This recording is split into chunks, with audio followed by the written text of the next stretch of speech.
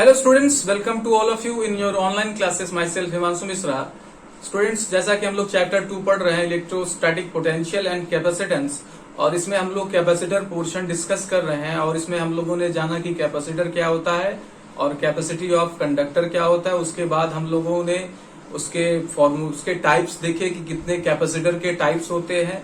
फिर उसके बाद जस्ट हम लोगों ने डिस्कस किया कि पैरेलल प्लेट कैपेसिटर कैसे काम करता है और इसके कैपेसिटेंस की क्या फॉर्मूला आप डिराइव करेंगे। ठीक है। लास्ट वीडियो में बेटे हम लोगों ने एनर्जी स्टोर्ड बाय कैपेसिटर किया, यानी कोई कैपेसिटर को अगर हम चार्ज करते हैं तो वो एनर्जी को स्टोर करता है। कितना एनर्जी स्टोर करता है ये पिछली क्लास में इसका डेरिवेशन सहित आपको बताया गया। तो आई होप आपने उस वीडियो को देखा तो उसका प्रॉपर नोट्स बनाया। आज के इस वीडियो में बेटे हम लोग नेक्स्ट टॉपिक पर चलने वाले हैं। नेक्स्ट टॉपिक है हमारा energy density, electrostatic energy density. ठीक है, तो हेडिंग करें इलेक्ट्रोस्टैटिक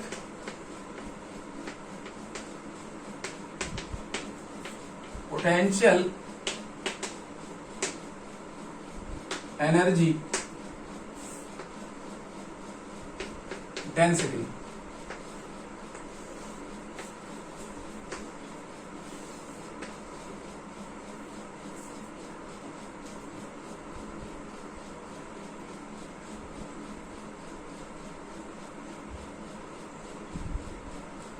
ठीक है, तो ये होता क्या है बेटे कि कैपेसिटर एनर्जी तो स्टोर करता है, नो डाउट। और एनर्जी स्टोर कहां करता है बेटे? प्लेट्स के बीच में इलेक्ट्रिक फील्ड में। ठीक है, अगर आपसे कोई क्वेश्चन पूछता है वाइवा में कि कैपेसिटर चार्ज को कहां स्टोर करता है और एनर्जी को कहां स्टोर करता है, तो चार्ज को अपने प्लेट्स पर स्टोर करता है और एनर्जी को अपने प्लेट्स के बीच में जो रीजन है, जो वॉल्यूम है, इसमें स्टोर करता है। ठीक है, फॉर एग्जाम्पल जैसे मान लीजिए ये प्लेट आपकी कैपेसिटर की प्लेट्स हैं। अरे यार सही नहीं बनता, ऐसे रखे हुए हैं। ठीक है, मैं सिंपल ऐसे बना दे रहा हूं। तो इनके बीच में जो ये रीजन है, इसमें बेटे एनर्जी का स्टोरेज होता है। और ये क्या है आपका, इस पे चार्जेस होते हैं। चार्ज मान लीजिए मैंने इसको कनेक्ट किया है, चार्ज सोर्स से इसे ग्राउंड किया है, तो चार्जेस प्लेट्स पे आएंगे। और एनर्जी कहाँ आएगा बेटे? एनर्जी स्टोर कहाँ होगा? इनके बीच में जो इलेक्ट्रिक फील्ड प्रोड्यूस्ड होगा, इसी इलेक्ट्रिक फील्ड में हमारा कैपेसिटर एनर्जी को स्टोर करता है। एनर्जी कहाँ से आती है, इसको मैंने पिछले वीडियो में बताया हुआ है कि जो चार्ज को स्टोर कराने के लिए बैटरी या एनर्जी सोर्स को वर्क करना पड़ता है, वो कैपेसिटर अपने प्लेट्स के बीचों बीच में क्या करता है, वही वर्क डन के इक्वल में एनर्जी फॉर्म में स्टोर करता है। चलिए, तो फिलहाल इसकी बात करते हैं, इलेक्ट्रोस्टैटिक पोटेंशियल एनर्जी। तो आपने जाना कि प्लेट्स के बीच में एनर्जी स्टोर्ड है, तो यहाँ पे कुछ वॉल्यूम भी तो है ना। तो अगर इसी एनर्जी को हम पूरे वॉल्यूम से क्या कर दें, डिवाइड कर दें, then we will have a quantity which is known as electrostatic potential energy density. ठीक है, तो अगर हम एनर्जी को कैपेसिटर के बीच के वॉल्यूम से क्या कर दें, डिवाइड कर दे रहे हैं इस केस में, तो हमें क्या मिलेगा? Electrostatic potential energy. सॉरी, तो ये क्या होगा? Energy per unit volume, energy per unit volume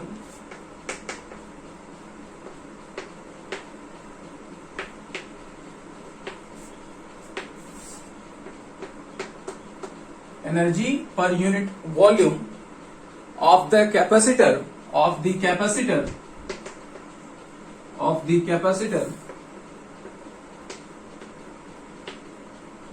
is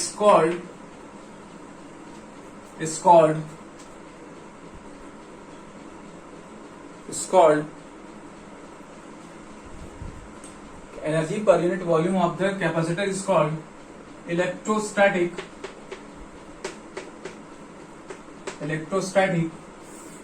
potential energy density is called electrostatic potential energy density.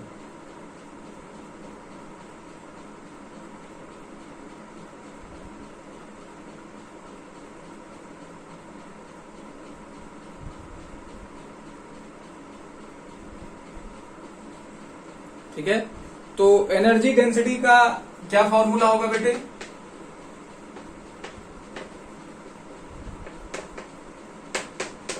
Energy density का आपका फॉर्मूला होगा टोटल एनर्जी अपॉन वॉल्यूम।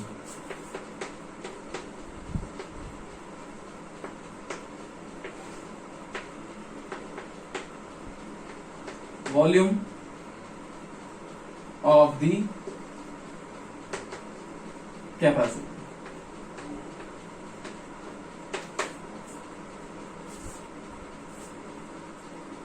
या ऐसे बोलें volume between the plates, better यही होगा, वॉल्यूम बिटवीन द प्लेट्स। नहीं कोई तर्क लगाने लगेगा तो क्या हो जाएगा, आप कंफ्यूज हो जाएंगे।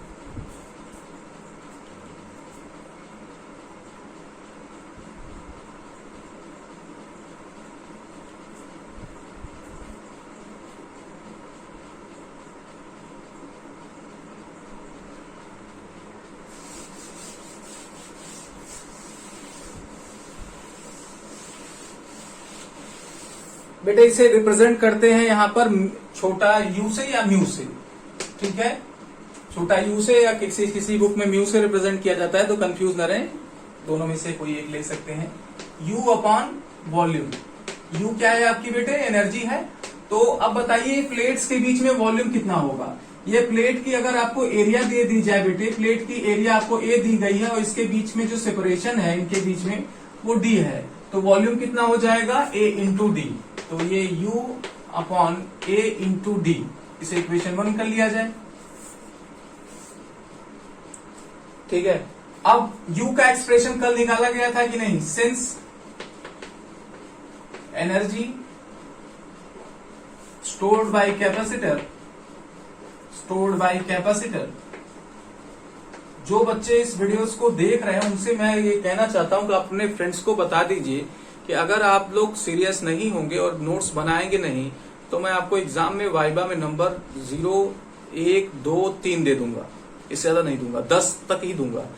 मतलब नंबर बहुत कम दे दूंगा, आप पास तो हो जाओगे लेकिन कहीं किसी लायक नहीं बचोगे।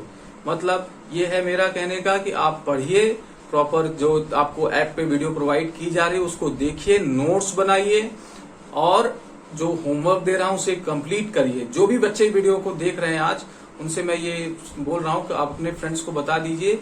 लास्ट ईयर वालों का बहुत बुरा हश्र हुआ है, वो लोग इसी तरीके का मजाक करते थे। हालांकि मैंने उनको नहीं पढ़ाया, लेकिन जिन्होंने भी उनको पढ़ाया उन्होंने उनको अच्छा नहीं किया और आज वो बहुत बुरी स्थिति को प्राप्त हुए हैं। तो मेरा आपसे ये कहना है कि आप ये मैसेज स्प्रेड कर दीजिए कि सर ऐसा बोल रहे थे कि अगर आप कंप्लीट नहीं करते नोट्स और कंप्लीट वीडियोस को नहीं देखते तो ये जान लीजिए कि आपके लिए अच्छा नहीं होगा। चलिए, तो since energy stored by capacitor कितना होगा, U is equal to half CV²। अगर आप ये मैसेज देख पा रहे हो बेटे तो प्लीज कमेंट सेक्शन में बोलिए yes sir I have seen the message, ताकि मुझे पता लग जाए कि आपने देखा, और आपने देखा तो आपकी जिम्मेदारी है कम से कम अपने दोस्तों को जरूर बताएं। तो कल हमने बताया था कि U इक्वल टू क्या होता है, हाफ CV² होता है। तो अगर हाफ CV² होता है तो U की जगह पे हम लोग क्या रख दें, हाफ CV² रख दें अपॉन AD वॉल्यूम।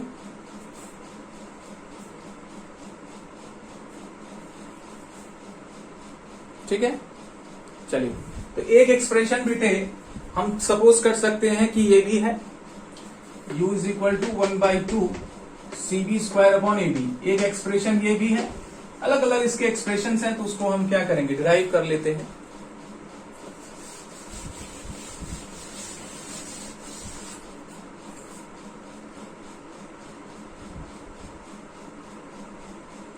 ठीक है, अब थोड़ा सा और देखते हैं। फॉर एयर कैपेसिटर, अगर आपके पास पैरेलल प्लेट कैपेसिटर है और उनके बीच में जो डाइलेक्ट्रिक मीडिया की मैंने बात की थी वो डाइलेक्ट्रिक मीडिया ना होके एयर है, तब आपका C कितना हो जाएगा बेटे, epsilon nought A upon D, है ना। तो C की वैल्यूज में क्या किया जाए, पुट कर दिया जाए। So mu is equal to 1/2 epsilon nought A by D आपके C की जगह है, और यहाँ V² बाई AD ऑलरेडी है। बात समझिएगा कि ये वैल्यू जो मैंने लिखा ये सिर्फ C की जगह पर है, ठीक है। ये बेटे A से A कैंसिल हो गया और ये D इसके साथ आके क्या हो जाएगा, एक बार D नीचे पहले से है, एक D और आ गया, तो ये क्या हो जाएगा, D² हो जाएगा ना, और ये epsilon nought as it is बना रहेगा।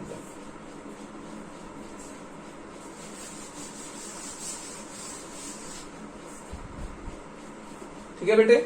अब आप देखिए, आपने पढ़ा कि इलेक्ट्रिक फील्ड और इलेक्ट्रिक पोटेंशियल में relation, since E is equal to minus V by D, अगर इसका स्क्वायर कर दे बेटे तो ये माइनस माइनस स्क्वायर हो जाएगा, V square by D square. तो जहां V square by D square है वहां हम क्या लिख सकते हैं, ई स्क्वायर लिख सकते हैं कि नहीं, लिख सकते हैं बेटे। तो हम लोग क्या करेंगे, यही रख देंगे। So mu is equal to half, यहाँ पे एप्सिलॉन नॉट ऑलरेडी है और ये ई स्क्वायर आपका अब आ गया। तो एनर्जी डेंसिटी का एक ये फॉर्मूला हो गया।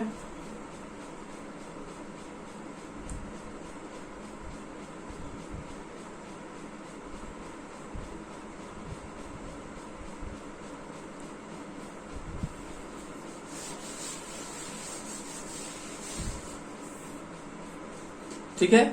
अब बेटे इलेक्ट्रिक फील्ड का क्या डेफिनेशन हो, इलेक्ट्रिक फील्ड जो हमने पढ़ा कैपेसिटर में, इनके प्लेट्स के बीच में इलेक्ट्रिक फील्ड का क्या एक्सप्रेशन होगा आप बताइए, सिग्मा अपॉन एप्सिलॉन नॉट होगा कि नहीं, बताया भी है, ऐसा नहीं है कि नहीं बताया है। तो जो बच्चे पहले देख रहे हैं उनसे आप जाके पहले क्या कर ले, इसे देख ले, तब आपको समझ में आएगा।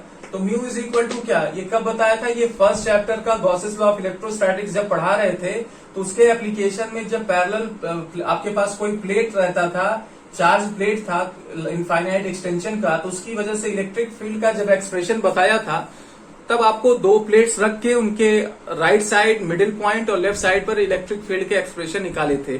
कभी हमने प्लेट्स को सिमिलर चार्ज रखा, कभी अपोजिट चार्ज रखा, और तीनों रीजन में इलेक्ट्रिक फील्ड फाइंड किया हुआ है। तो आप इसे देख सकते हैं बेटे, ठीक है।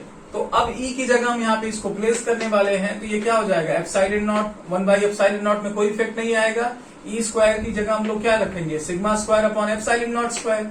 अब एक एप्सिलॉन नॉट स्क्वायर कैंसिल हो जाएगा, then we will have sigma square. अब यहाँ नीचे 2 है और यहाँ पे एप्सिलॉन नॉट बचा है, तो ये आपका एक्सप्रेशन मिल जाएगा।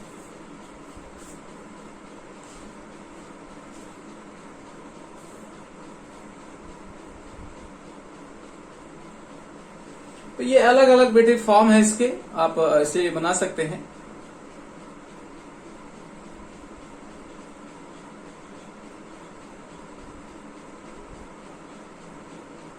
ठीक है, चलिए आगे चलते हैं। आगे बहुत इंपॉर्टेंट टॉपिक है हमारा,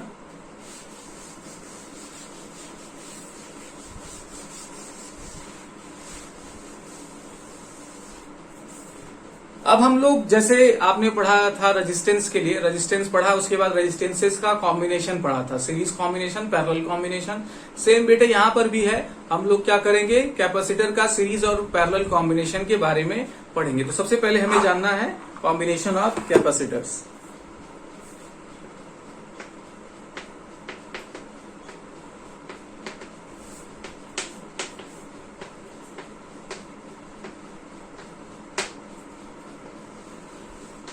ठीक है बेटे, तो दो तरीके का कॉम्बिनेशन आपने पढ़ा, सीरीज कॉम्बिनेशन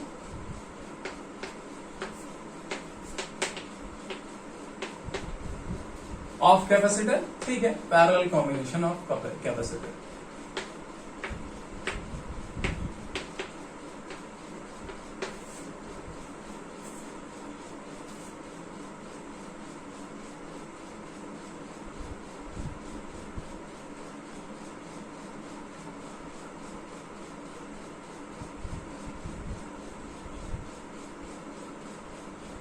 चलिए इसको जानते हैं, पहले जानते हैं सीरीज कॉम्बिनेशन क्या होता है, फिर बाद में पैरेलल कॉम्बिनेशन के बारे में जानेंगे।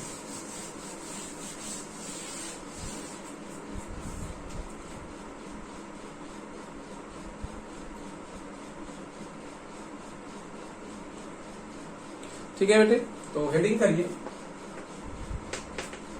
सीरीज कॉम्बिनेशन ऑफ कैपेसिटर या सीरीज कॉम्बिनेशन।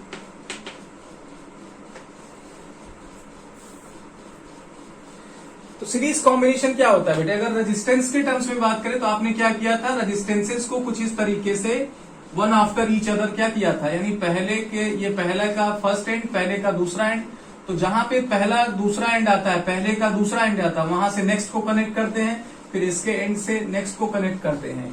तो इसमें आपने ये देखा था कि आपने ये सीरीज कॉम्बिनेशन का नाम दिया, और जब इसमें करंट फ्लो हो रहा था तो करंट इसमें फ्लो होता था वही इसमें, तो सीरीज कॉम्बिनेशन में करंट क्या होता था, सेम होता था। तो सीरीज कॉम्बिनेशन का क्या डेफिनेशन दिया जा सकता है कि if the resistances are connected in one after each other such that current in each resistance are the same, current in each resistances is same, then the given combination is known as series combination. Same as यहां पर हम लोग क्या करने वाले हैं, इसको हम लोग क्या कर देने वाले हैं, कैपेसिटर की प्लेट से क्या कर देने वाले हैं, रिमूव कर देने वाले हैं। ये देखिए हो गया ना, तो यही तो क्या है, सीरीज कॉम्बिनेशन। लेकिन यहाँ पे क्या होगा कि if the capacitors are connected in such a way, या if the capacitor are connected one after each other in such a way that charges on each plates are the same. यहां पर current न बोल के यहाँ पे क्या बोला जाएगा बेटे, चार्ज बोला जाएगा। क्यों? क्योंकि देखिए करंट यहाँ पर फ्लो होना नहीं रहा। क्यों? क्योंकि यहाँ पर प्लेट्स के बीच में क्या है, यहाँ पे प्लेट्स के बीच में क्या है, गैप है। तो चार्ज यहाँ पर पहुंचेगा, इंडक्शन मेथड से चार्ज यहाँ पे पहुंच जाएगा।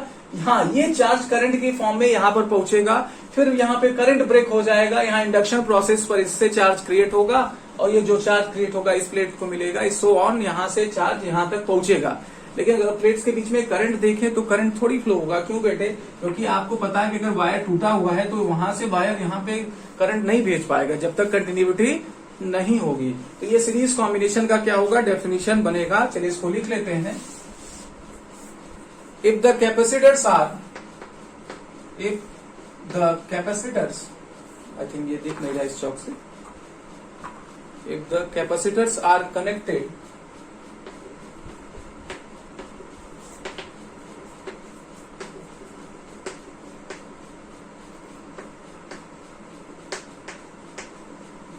one after other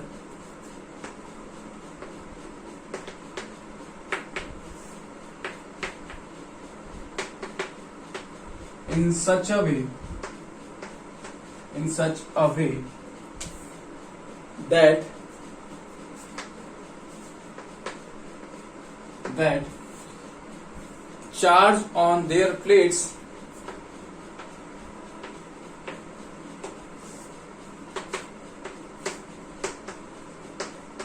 charge on their plates is same,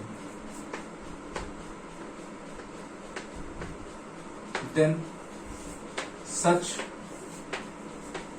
combination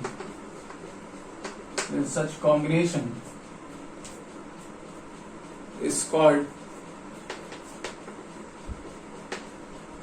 series combination of capacitor।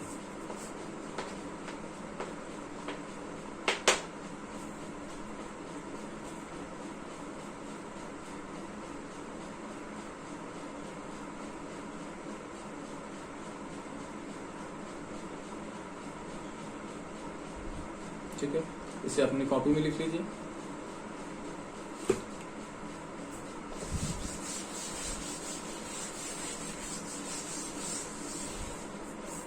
आप स्क्रीन को रोक के या वीडियो को पॉज करके या स्क्रीनशॉट लेके लिख सकते हैं, इसका डायग्राम बना लीजिए।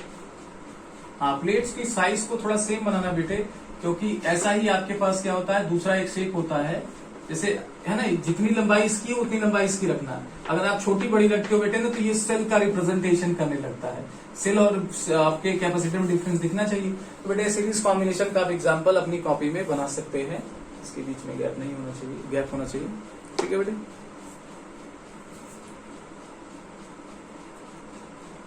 चलिए आज की वीडियो में इतना ही। और मेरा जैसे आपसे रिक्वेस्ट है कि आप अपने फ्रेंड्स को बता दीजिए कि आप वीडियोस देखिए, तभी आपका भलाई है। क्योंकि आप देखोगे तो आप कुछ ज्ञान अर्जित करोगे, आप वाइवा में अच्छा बताओगे। देखिए एग्जाम आपका होगा या नहीं होगा ये तो कोरोना जाने, लेकिन अगर नहीं भी होता तो आपका प्रैक्टिकल एग्जाम जरूर होगा। प्रैक्टिकल एग्जाम होगा तो वाइवा होगा, और वाइवा में अगर आप अच्छा नहीं परफॉर्म करोगे तो आप 0 नंबर पा जाओगे। इसमें मेरा कोई खास रोल नहीं। अच्छे बच्चे रहोगे तो मैं जो गेस्ट टीचर आएंगे उनसे बोल दूंगा कि सर ये अच्छा बच्चा है, अभी बता नहीं पा रहा। लेकिन जब मैं आपके बारे में कुछ नहीं जानूंगा तो मैं अच्छा ना बोल सकूंगा ना बुरा बोल सकूंगा, तो आपका उस समय का परफॉर्मेंस आपको बताएगा, मेरा किसी प्रकार का आपको सपोर्ट नहीं होगा। ठीक है बच्चे, तो आज के लिए इतना ही। उम्मीद करता हूँ आपको मेरी बातें समझ में आ रही हो। समझ में आ रही है तो प्लीज नोट्स बनाइए, वीडियोस को पूरा देखिए और अब शेयर भी कर दीजिए उन बच्चों को जो नहीं देख रहे हैं। ठीक है, चलिए आज के लिए इतना ही। Thank you very much.